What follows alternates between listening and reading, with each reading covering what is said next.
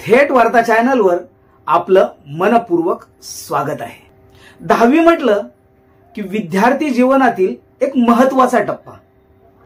परीक्षेचा ताण, त्याआधी अभ्यासाचा ताण आणि त्यानंतर लागणारे 10वीचे निकाल, यामुळे विद्यार्थी वेगळ्या तणावात असतात।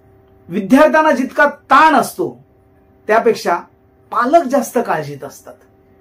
खरं म्हणजे पालकांना अति अपेक्षेमुळे तणाव आलेला असतो। पालकांच्या अति अपेक्षेमुळे विद्यार्थी देखील तणावाखाली असतात। असो, एकदाचा 10वीचा निकाल लागला। 2025च्या या निकालाचे वैशिष्ट्य आणि वेगळेपण म्हणजे यंदा विद्यार्थ्यांनी मिळवलेली उच्च टक्केवारी। 2025चा महाराष्ट्र बोर्डाचा 10वीचा निकाल 94.10% इतका आहे, जो गेल्या काही वर्षाच्या तुलनेत उल्लेखनीय आहे।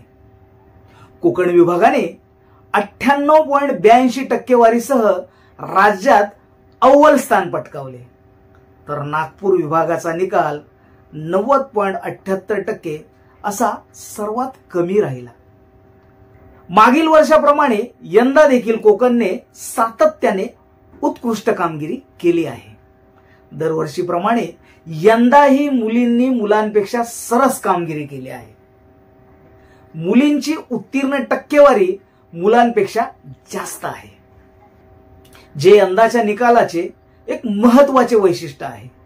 यावेळेस 16 लाखाहून अधिक विद्यार्थ्यांनी परीक्षा दिली। मागील वर्षी 2024 मध्ये 15,49,623 विद्यार्थ्यांनी परीक्षा दिली होती। यामुळे परीक्षेचे प्रमाण आणि आव्हान वाढले होते। या खेपेला निकाल ऑनलाईन पाहण्यासाठी एकापेक्षा जास्त वेबसाईट उपलब्ध करून देण्यात आल्या। उदाहरणार्थ mahresult.nic.in, sscresult.mkcl.org, result.dglocker.gov.in, याशिवाय SMS द्वारे निकाल तपासण्याची सुविधा आणि डिजिलॉकर्सवर मार्कशीट डाउनलोड करण्याची सोय यंदा अधिक प्रभावीपणे राबवली गेली।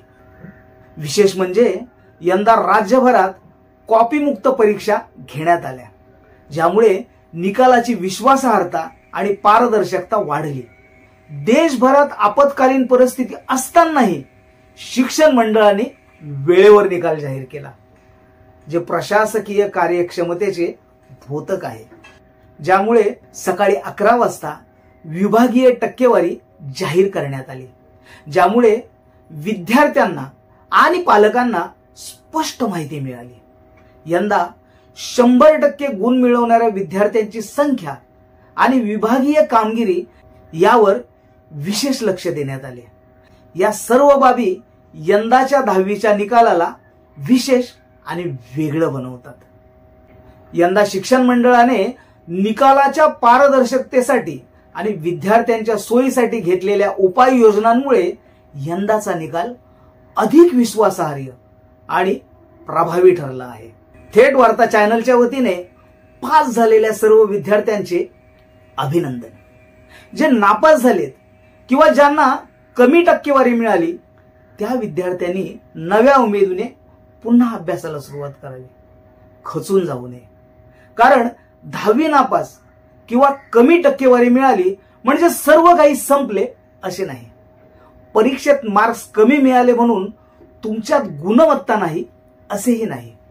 तेव्हा विद्यार्थ्यांनी पुन्हा नवीन जोमाने अभ्यास करून प्रयत्न केल्यास जीवनाच्या अत्युच्च शिखरावर पोहोचता येतं। पुन्हा एकदा सर्वांना पुढील आयुष्यासाठी मंगल कामना।